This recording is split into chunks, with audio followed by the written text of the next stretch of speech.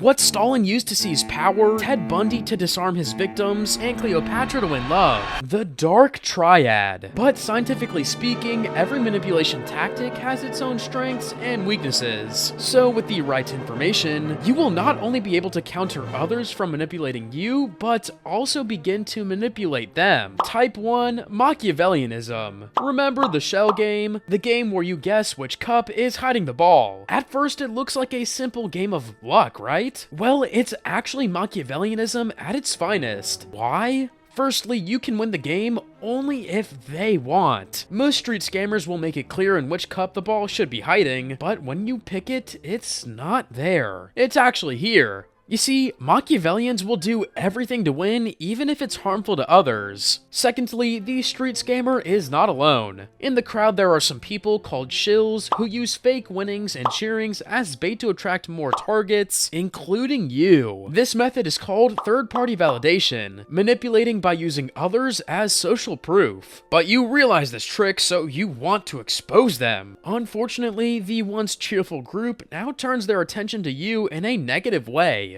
Leave the poor man alone. Get out of here. This tactic is called coercion, a method in which the Machiavellians will peer pressure you by using some of your fears. In our case, the fear of being rejected by the group. In other cases, it can be the fear of missing out, shame, or even aggression. But this typology has its Achilles heel. Despite all their allies, Machiavellian people often over-evaluate their ability of control. So what can you do? Beat them at their own game. You need to know there are only two scenarios. A, they let you win on the first try. In this case, you have to lead the game since you've already won. B, you lose on the first try. Here's when things get interesting, because now you have to make them believe that they are playing with your emotions. Act like you're upset, frustrated, but still a little bit hooked. So in the second round, place a higher bet. In that moment, the schemer will feel like they are controlling you emotionally. He'll want to make sure that you are hooked until the end, so they can milk as much money as possible from you. The best method? By giving you hope, letting you win this time. But now that you've already made profit, it's time to walk away. Now please don't try this. This method has its flaws and it won't guarantee that you make money. Trust me, I'm Romanian and I know my people.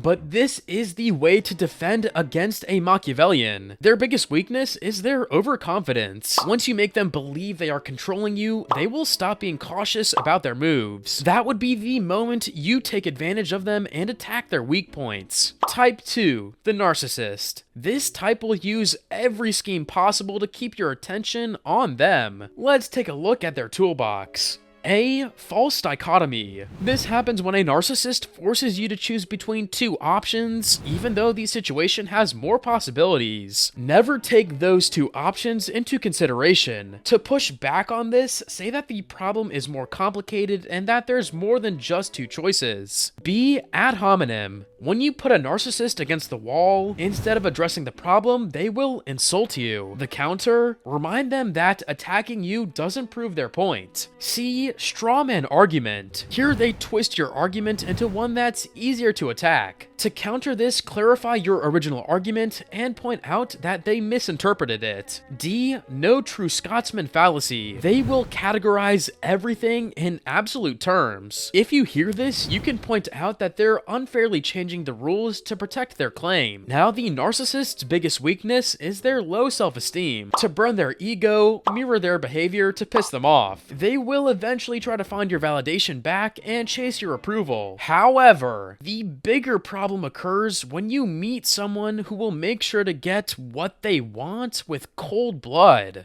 Type 3, the Psychopath. For this part, let's dive into the story of Caligula. He was the third Roman emperor, ruling over a strict society, but he had a dangerous secret, a relationship with his sister, and people were starting to figure it out. So one day out of nowhere, he came before the public and said, "Know this, my citizens. I have shared intimacy with my sister Drusilla."